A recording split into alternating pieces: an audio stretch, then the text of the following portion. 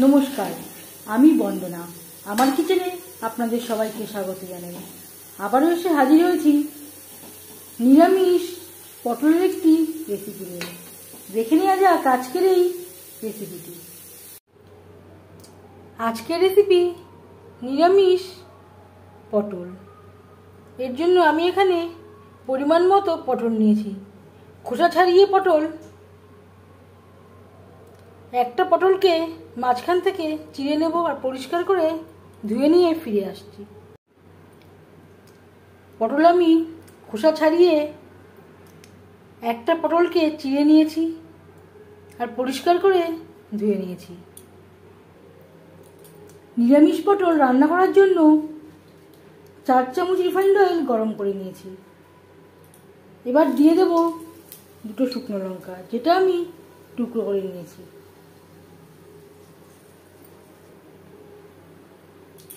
25-30 second লঙ্কা ভেজে নেওয়ার পর দিয়ে দেব 1/2 চামচ গোটা জিরে।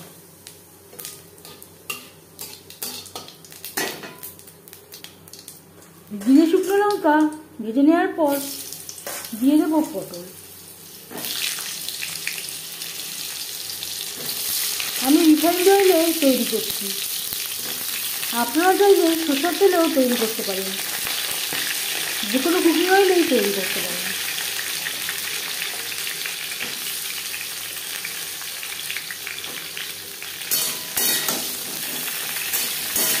ফোড়নের সাথে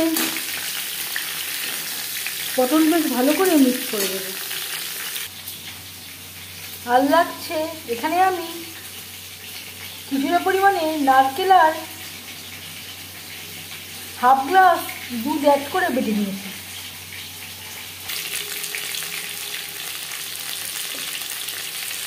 হাই টু মিডিয়াম ফ্লেমে পটল ভেজে নেব। আর লাগছে পরিমাণ মতো হলুদের গুঁড়ো,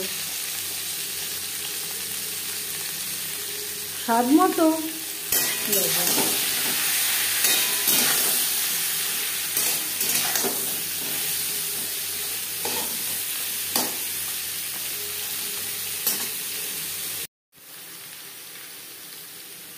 হাই টু মিডিয়াম ফ্লেমে পটল ভেজে নেওয়ার পর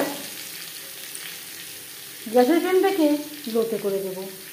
দিয়ে দেব দুধ আর নারকেলের পেস্ট।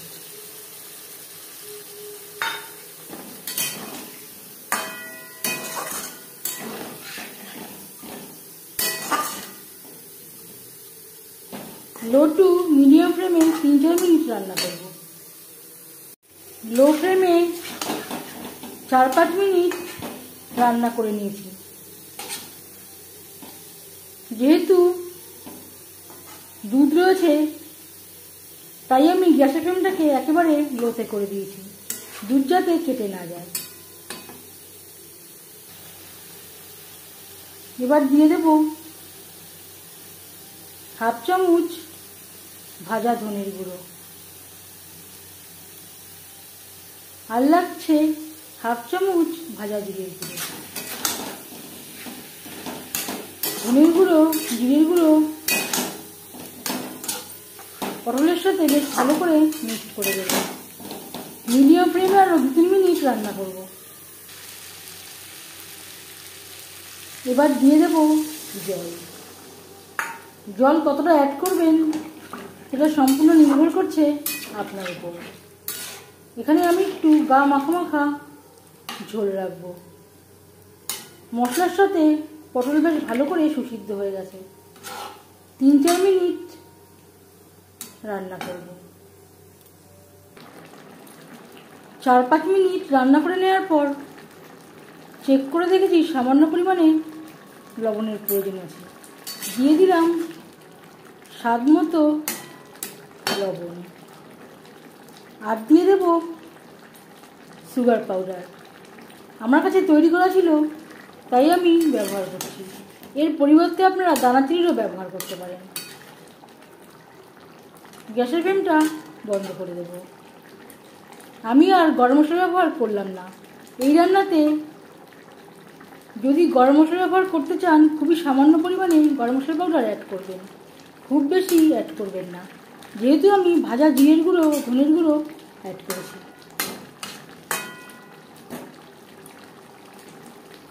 গ্যাসের ফ্লেমটা বন্ধ করে দেব।